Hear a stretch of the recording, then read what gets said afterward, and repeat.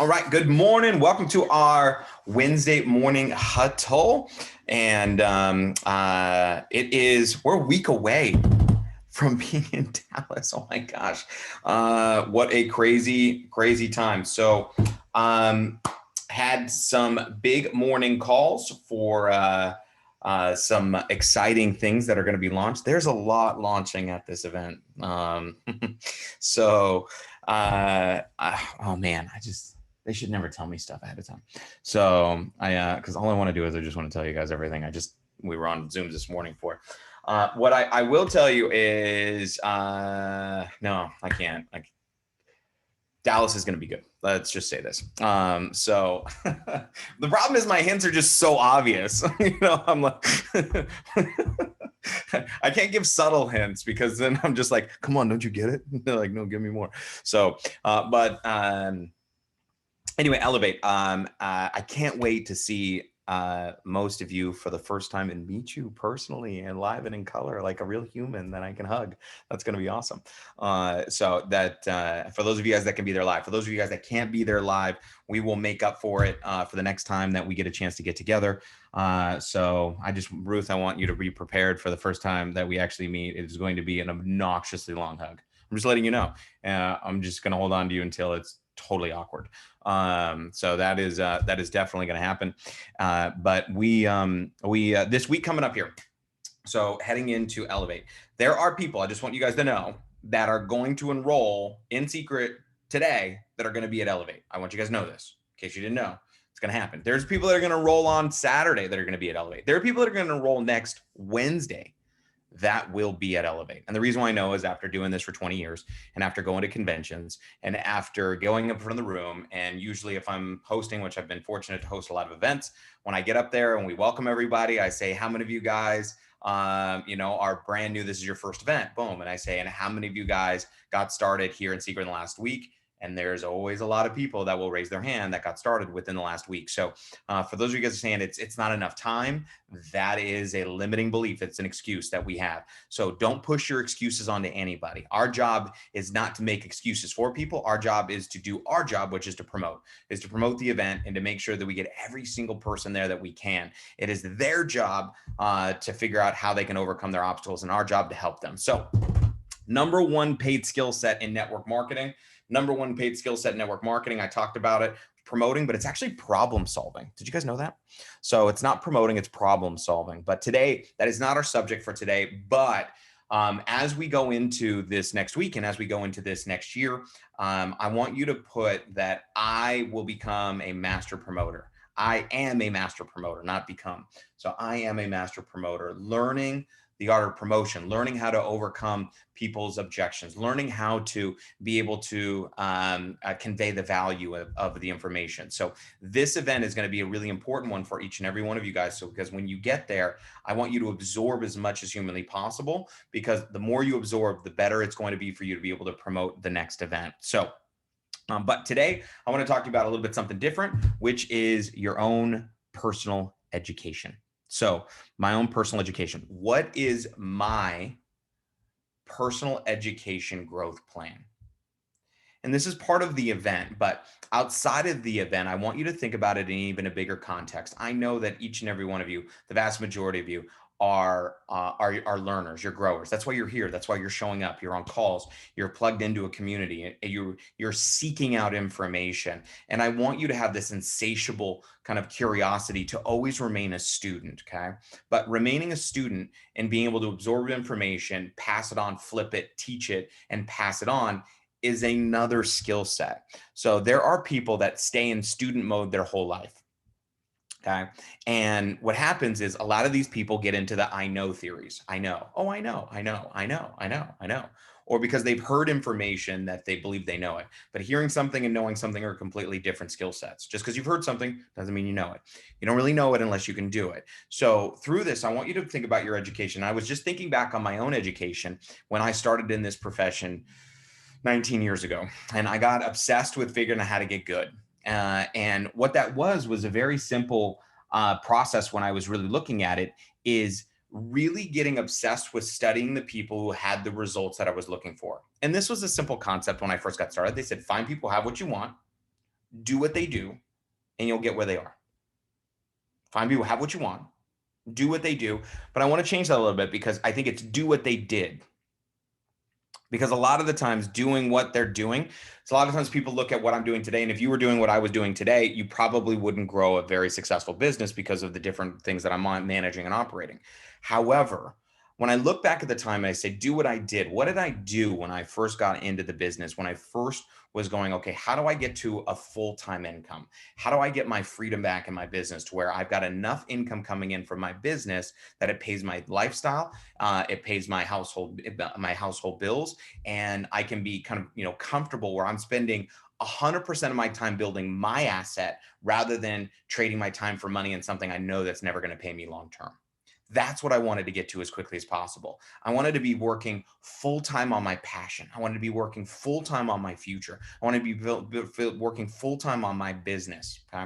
So through that education, okay, I want you to think about what's your education plan. Now, when we go to college, when we go to school, there's usually a plan for it. It's a set plan. It's 3 years, 4 years. It's a 5-year school. If I'm going to go into chiropractic, if I'm going to go into studying even a particular trait, right? If I want to be a mechanic, if I want to be an engineer, an electrician, right? Those are specific traits where there is a education plan that's going to happen inside of your business.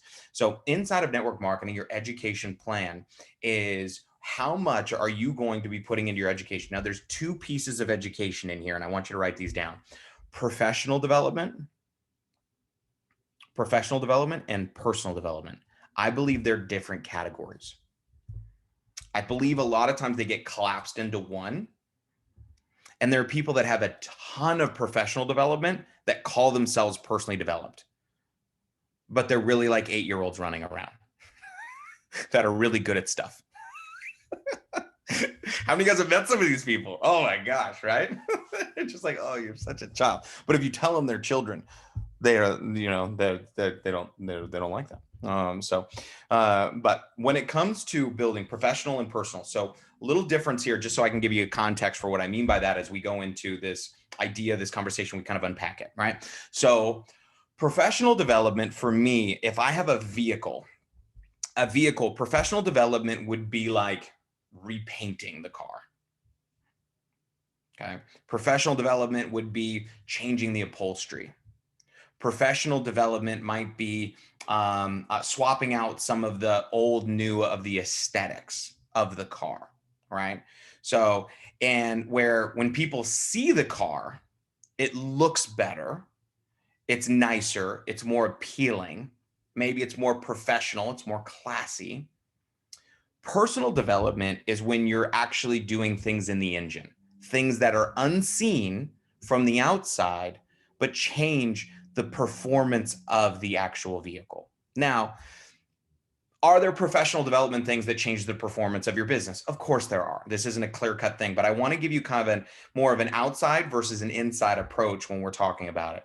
Professional development is when you're going into like the depths of your soul to go work on stuff where you're going back to, that 8-year-old little Jesse that made up his mind about how he had to be in the world and who he had to be in the world in order to, get love from his mother or his father during that period of time in his life. That was the most, crucial times. What happened when, certain decisions were made or certain things that happened that impacted our lives, and why we do the things that we do as we go through these things, right? So a lot of times these blind spots that we're not even paying attention to. Now, inside of Seacret, obviously, we're working on a lot of professional development. Most of us are, we understand we're becoming professional network marketers. We're becoming professional attraction marketers. We are social networking professionals. I don't know if you guys know that, right? So now, and no, that's why it's called social. It's not social networking amateurs. I mean, who wants to join that group? That doesn't make any sense. So we want to be professionals in our business. We want to be professionals. Now, being a professional, what does that take? To be classified as a professional in whatever endeavor. What is the difference? And I want you to think about this. What is the difference? And write this as a question down in your notes. What's the difference between an amateur and a professional? And it could be in anything. Could be in Seacret, could be in dance, could be in yoga, could be in personal training.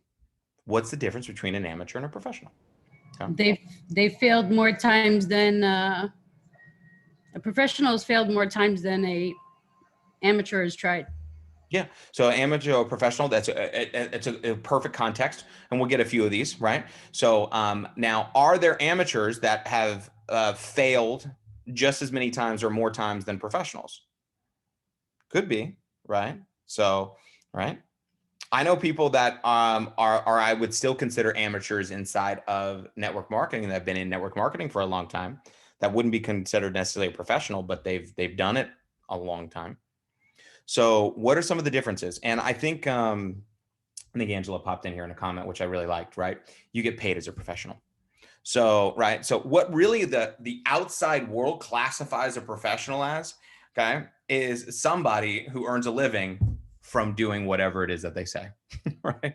So they're earning a living from building their business. So becoming a professional is earning a living. Now, it doesn't mean that you need to be the best at every category when it comes to inside of our business model, but your education path is really important. And I want you to take it really seriously, because it's one of those things where if there's one thing I give myself credit for, is the education that I was willing to go through and my investment in my own personal education and my self-education that has me where I am today.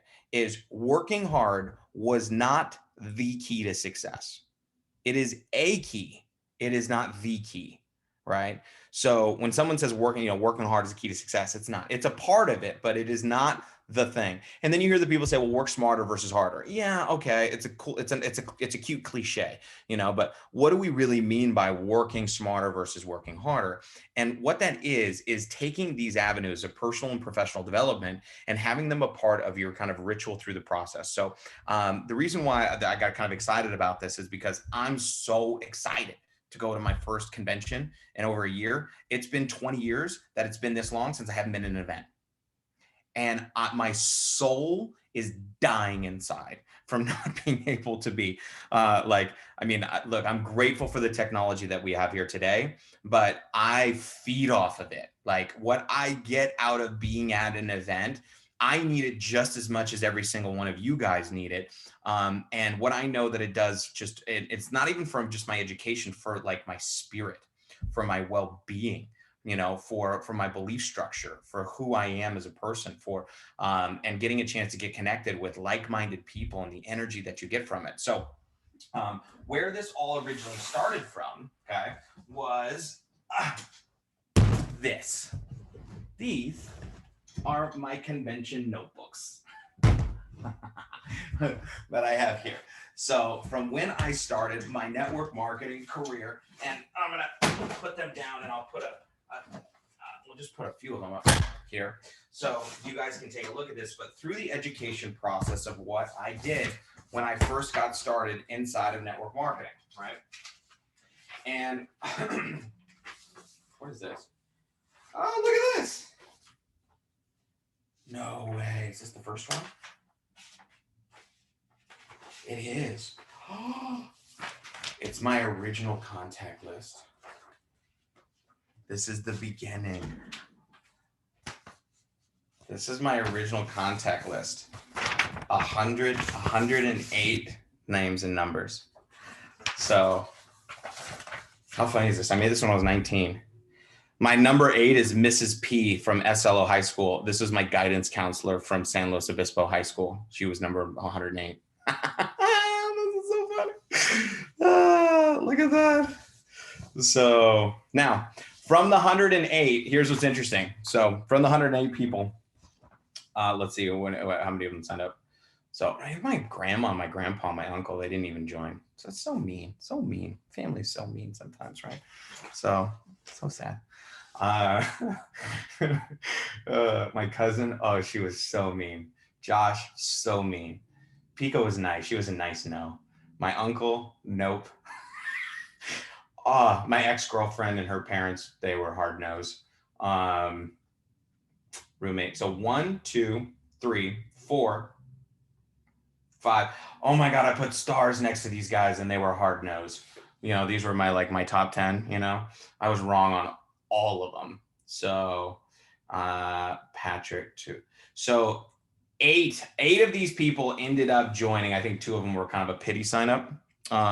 So when I started, And what's very interesting is that the year, you know, it was funny that the year I made 100 grand, which is my 4th year in network marketing, not one penny in that year I earned 100 grand was from somebody I knew when I joined my company.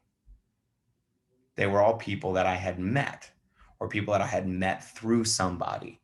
So, which is an interesting information.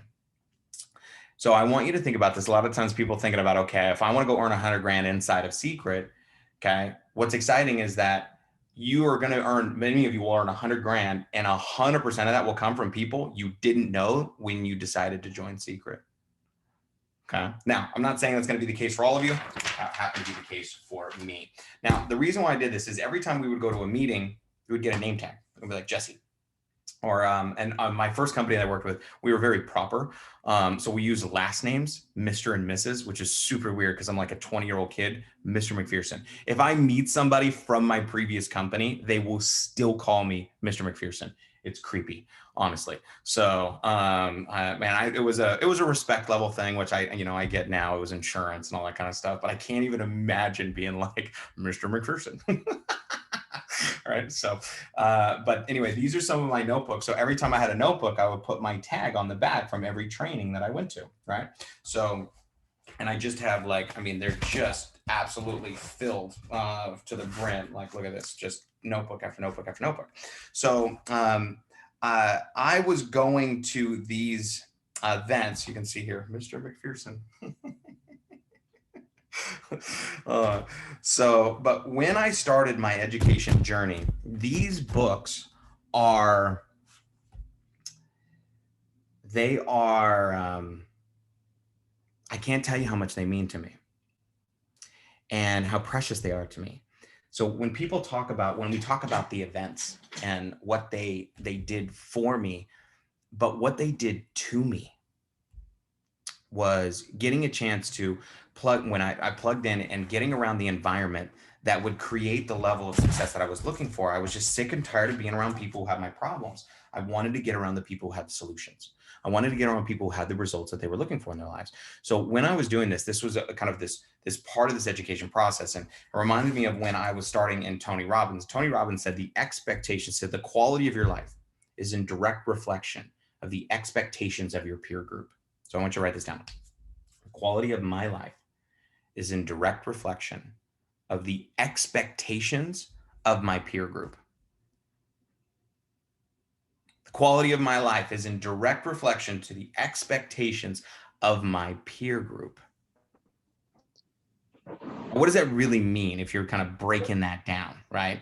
So if you're breaking down the quality of my life, so that means that we, as humans, okay, will live up to the expectations of the people that are around us that mean the most to us, because your circle has so much influence over your ideas, your thoughts, your behaviors, your feelings, your emotions. They have so much influence. And the reason why they have so much influence is because our deepest fear is that we're not enough. And if we're not enough, that we won't be loved. That's our deepest fear. And somebody goes like, that's not my deepest fear. Yes, it is. So, right.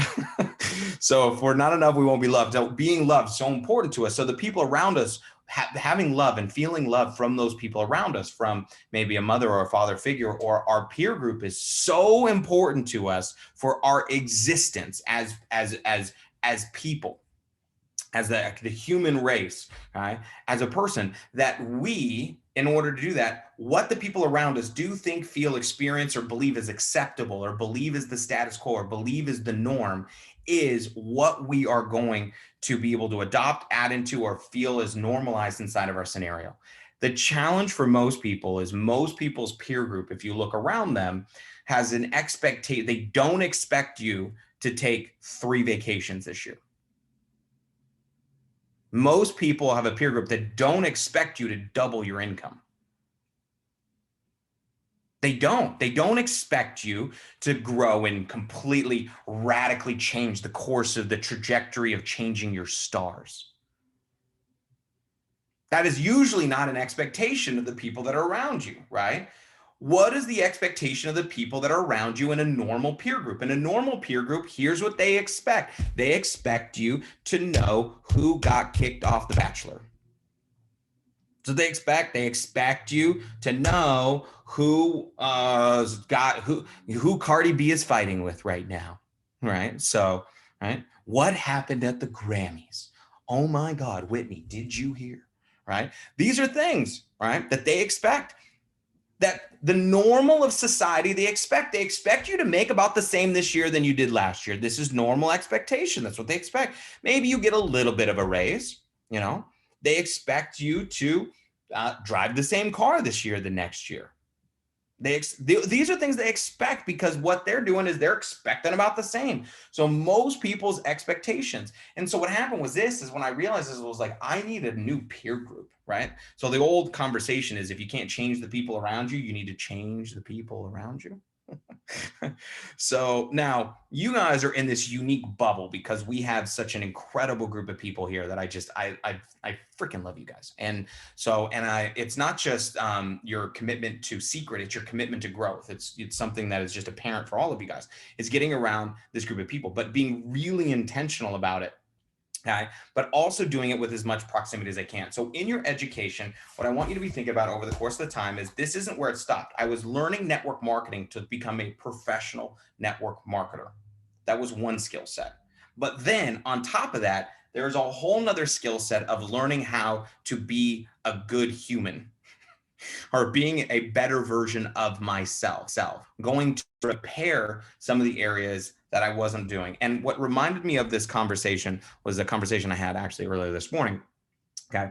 And some of you guys have heard this analogy before. For those of you guys that haven't, bear with me with the story. But it's about an old lady that was driving in kind of the middle of nowhere.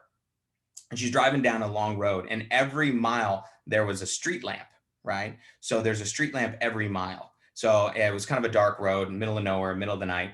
And this cop is driving, and all of a sudden, underneath the street lamp, he sees this old woman.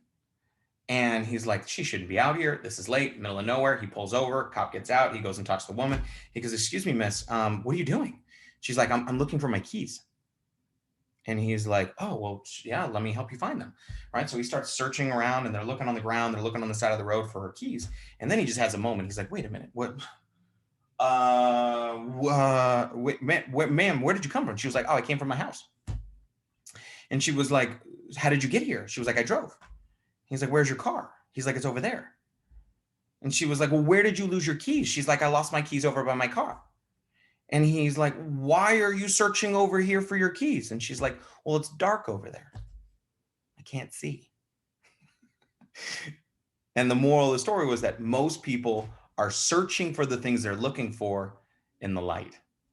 They're searching for the areas that it's comfortable. They're not looking in the dark. They're not looking into the areas that they want to avoid, that they're not looking at, they're avoiding.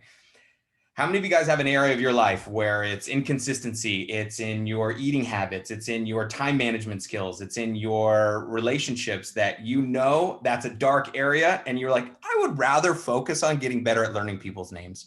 That sounds easier for me. You know what, I need to be better at follow-up. Follow-up I'm going to focus on. Why? Because dealing with my inner demons is, I don't want to go into the dark. I don't want to go into the areas. I don't want to go into the areas I'm self-sabotaging myself, that, where I set myself up for these wins, and then I'm literally crawling back into a comfort zone in my cave, right? So, but when it comes to professional development, so I started going to courses. Now, I'm not I don't, in promoting different events and courses. So I started going to John C. Maxwell courses. I started trying to find great either therapy or therapists in different categories. I started going to personal development seminars, is what I could go to so I could learn and grow through the process. But the education is the cost. So I want you to think about it, is to become a professional in almost any endeavor, there's a cost and there's an education process. If I want to become a professional and I want to go to school to learn a particular trade, how much does it normally cost? Now, we could go to the extremes. If I want to be an attorney, I have to go to school. I got to pay to go to school, and I got to pass a massive test. I got to pass the bar. What is the average cost to be able to be even considered eligible in this country to be an attorney? Does anybody know the cost? All right. You're like, Google. What is the average cost to become an attorney in the United States of America? I don't know. It was actually kind of a rhetorical question. So the average cost of attending one of the top 10 schools is $60,000 per year. Okay, so let's just say, woo, how many of you guys agree with me? It's probably going to be more than 100 grand. Yep. So, all right. So we're talking about 100 grand to be eligible to be called a professional in that industry. How much is it going to cost for you to become eligible to become a professional in this business model? If you want to be paid 100 grand a year, 200 grand a year, $500,000 a year, $1 million a year, some of you are asking for professional money. So the question is, if you're asking for professional money, then are you willing to invest into your own education to become a professional in this suite? I hope so. I believe so. I believe many of you will. Right? So, right now, when it comes to this particular process, and I look through all of the notes and I look through all of the trainings, right? So, and I look through all of the bits and pieces that I have here, right? Oh my gosh, there's so much in this, right? And if I was to go back here and look at every note that I ever took, now some of it was good, some of it was not. Some of it I thought was great training, some of it I thought was great conversations. But the commitment to the education. So how much are you investing monthly in your own education? Now, the events are one thing, but I want you to think about the books, the conversations, the meetings that we're having is what's my personal education plan? So I was always taught is invest more in your self-education than in your transportation. I'll write that one down. That one's cute. So invest more in your self-education than in your transportation. Now, the reason why I would say that is I have so many people, when I was coaching a lot of people getting started, that were new. They were brand new inside of network marketing, and a lot of them were young. And so when I was coaching a lot of young people, one of the goals that most young people had is they wanted a nice car. And so what they were doing is they were going and leasing or renting a car that was $200 a month, $300 a month, or sometimes more. And the question is you're willing to spend $300 to rent and or lease a car on a car payment for a car that you really technically probably can't afford, but society has told you that you probably can. So based on your income, but you're not willing to invest $200 a month in your own education. Now, it's funny, those people that weren't willing to invest $200 a month in their own education were willing to put $40,000 on a loan to go to school for 4 years and borrow money from friends, family, and the federal government, which can't even be forgiven with even going bankrupt in a system, to not even know if they're going to have a degree or a job or a career available in the field that they chose to get it in. And that was normalized. But what wasn't normalized yet was the education, self-education. So I want you guys to be consumers of this. I want you to look at devouring this. And this is why it's not just the events, these trainings, the huddles, the education I'm a part of. Okay. So that's step number one, is investing in my own self-education. The second piece of that is the application of the information. How quickly can you assimilate information and be able to integrate it, and more importantly, to be able to pass it on and or teach it? Okay. It is the number one, if I give myself credit for anything, it's for learning information and immediately teaching it. So getting this information, grabbing it, passing it, immediately teaching it. So when I had a team of 2 people, anytime I learned something, it's the first thing I did. I called them up. I said, I got to teach them. So listen, let me tell you what I heard. Let me tell you what I learned. So the teaching aspect of it became something. So in your notes, I want you to write this down. I am not a student. I am a teacher. Now, of course, we know you're students, but I want you to reframe this a lot, because many of you guys are in learn mode, and I want you to be in teach mode. Teach, teach, teach. Teach, teach, teach. Who are we teaching? Who are we mentoring? Who are we coaching? Now, some of you guys are like, I don't have somebody. Well, the first person that you learn to mentor and learn to coach is who? Yourself. The first person you're going to lead to learn through this is yourself. So one of the first things I had to do was I separated myself as student and teacher. So I was student, and then I was like teaching myself this information almost like I was a separate human being. So I'm going, Jess, let me teach you what I learned today, buddy. Here's what Ruth was talking about. Well, we got to be doing this, and here's what you need to be doing, and I need to be doing this. And the more I started teaching myself, I was my first student. I was my first recruit. I was my first person that I had to get to follow through with the actions that I was hearing all the time. So a good example, a lot of times when people say, you know, how many of you guys want to earn more money? How many guys know what to do, but you're just not doing it all the time, and you know what you need to be doing, right? So, and this is the majority of people out there. It's not knowing what to do, it's doing what you know. It's not knowing what to do, it's doing what you know. So through this process, as we're going through this education, I want you guys to be thinking about between now, it is April 2021. I want you to be thinking about where you are going to be if you consciously choose the path of becoming a professional over the course of the next 12, 24, 36 months. I really believe that you can become an absolute dynamite professional and be paid professional money inside of this industry within 24 to 36 months.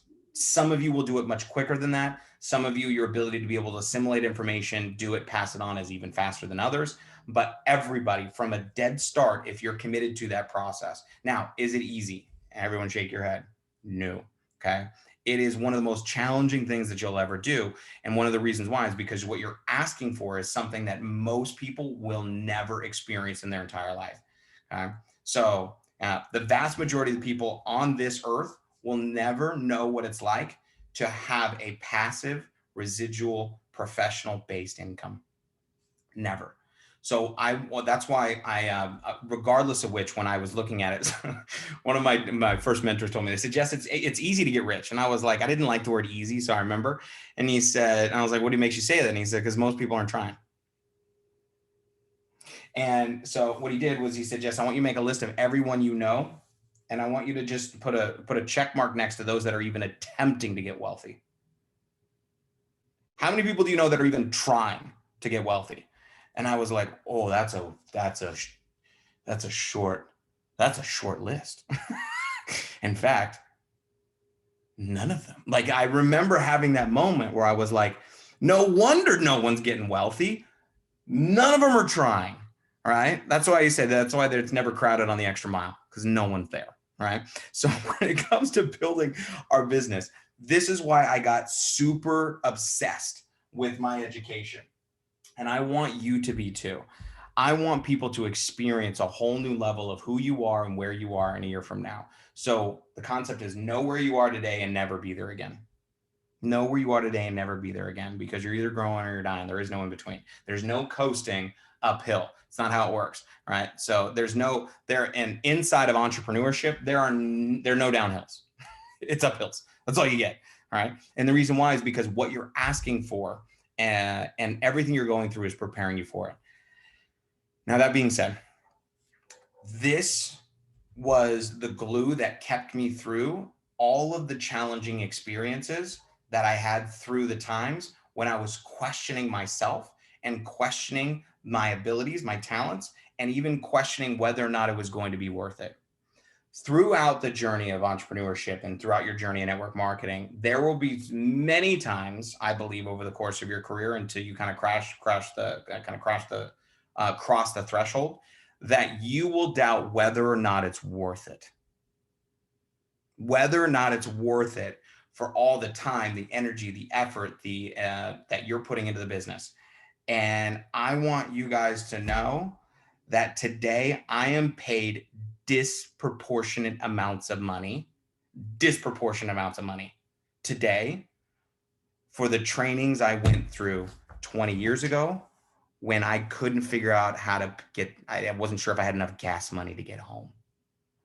It was at these trainings that I was sitting there with faith in a future that I didn't know was necessarily going to be possible, that I sat and I took notes and I decided that this was going to be something that I was going to figure out come hell or high water. I was figuring this thing out. I was going to find the right people. I was going to learn the right information. I was going to get good at this thing, because there's no way, if I looked at the people that had made it, that if I found a way to get around them, study them, learn from them, by any means necessary. Guys, I can't even tell you some of the things I did, the places that I would go, the places I flew to specifically just so I could be around these people that had the results, because they thought different, they acted different, they were experiencing that. They said, and I asked them, what were you reading? And they would said, I'm reading this. And guess what I did? I bought the book and I read it. Okay. So throughout this next week, as we go into this next event, as we go into this next experience of where we're going, this is something that I want you guys, it's the thing I want you to be the most proud of. All right. And the thing I want you to be the most proud of is the person you're becoming. I don't really care what you do. And I'm not concerned about what you did. So I want to know who you're becoming. I'm obviously, we got to do the actions, we got to do the activities, and you already know those things. But I want every single one of you to look at, I want you to be excited to meet you in 5 years from now. And I want you to just take a quick second here to just think about this person that you're building. Because you're building a human. I don't know if you guys know this. Some of you guys raise kids, right? All right. So some of you guys like me, you're still a child. But what we're doing is you get to do it. Some people, man, if I could just go back and redo it, this is your chance to rebuild a human. And some of us, look, we've been through it. And I know many of you have had life punch you right in the face and have life take you to your knees, right? Through different circumstances, different experiences. But 5 years, I'm so excited. I'm so excited to get an opportunity to get to know who you're going to become over the next 5 years, because I built this guy named Jesse Macpherson. He did not show up this way. He showed up with a lot of enthusiasm and a lot of hope, but that was about all I showed up to the table with. I didn't show up with experience. I didn't show up with any level of success, but I was excited to learn and grow. And I had people that poured into the belief into me that I could do it. So I want to be one of those people inside of your world to let you know that you can do it. But more importantly is who you're going to become in the process is the thing that I want, that you're going to be the most proud of. And it's the reason why I believe this company, this group of people, and this industry has the opportunity to impact the world far beyond what most people understand. Because for me, this is so much bigger than income, and it's bigger than community. We're building people. And when you're focusing on that, I think of where we're going to be going in the next few years is going to be crazy. So today, I want you to look down as, what is my investment strategy in me? What is my investment strategy in me? And where can I invest in myself? Because I think the best investment you can make is in you. So when people talk to me about coming to the event and they're going, I can't afford it, I'm going, your future you is begging for you to figure out how to talk yourself into that you're worth it to invest in, because you're not investing into your business coming to the event. You're investing in you because you are your business. So I will see you guys in Dallas. I will see you guys online if I don't see you sooner. And let's go make this week a week that your future you is going to be very proud of. I love you guys, and we'll see you guys next week.